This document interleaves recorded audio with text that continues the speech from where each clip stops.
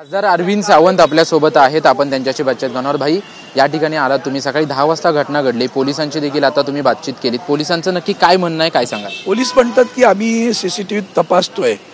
दोन्ही सीसीटीव्ही इकडचे जे उभे आहेत बाजूला ते महासाहेबांच्या पुतळ्याच्या समांतर आहेत, त्यामुळे तिथून काही दिसत नाही. समोरच्या कॅमेऱ्यातनं काय मिळतंय पाहू.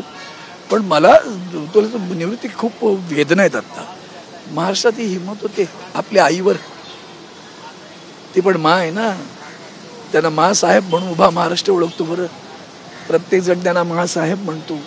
त्या मावर असं तिचा पुतळ्याला विद्रुपीकरण करण्याची हिंमत कोणाच्यात होते, तेव्हा त्याच्या मागे कोणतरी आहे ना, अशी हिंमत कोण करतो. शिवसैनिक शांत आहेत. तुमच्याकडं सातत्यानं गुंडांना संरक्षण आहे.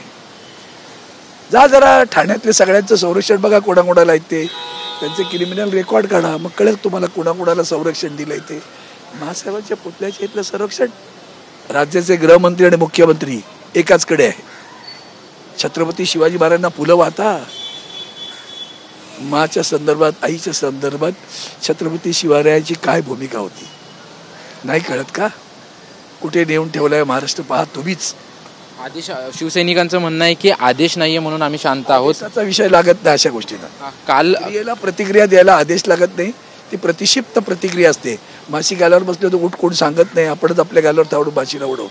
काल संकल्प मेळावा झाला आणि त्यामध्ये मुख्यमंत्र्यांनी टीका केली की ते म्हणतात की ठाकरे बँड वगैरे काही नाही, ठाकरे ब्रँडचा बँड झालाय आणि बाळासाहेब असेपर्यंतच ठाकरे ब्रँड होता. तुमचा बँड वाजेल ना तेव्हा तुम्हाला कळेल ब्रँड काय असतो ते. त्यांचं असं देखील म्हणणं आहे की महापौर जो आहे तो महायुतीचाच. निवृत्ती आजच्या ह्या विषयावर मला नाही असल्या गोष्टीवर बोलायचंय. निर्लज्ज आहे तेवढं मी निर्लज्ज नाही, एवढं लक्षात.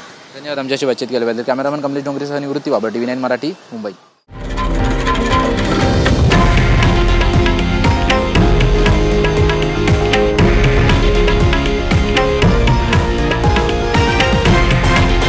हे आहे देशातील नंबर 1 न्यूज नेटवर्क आणि आपण पाहत आहात TV9 मराठी, एकमेव.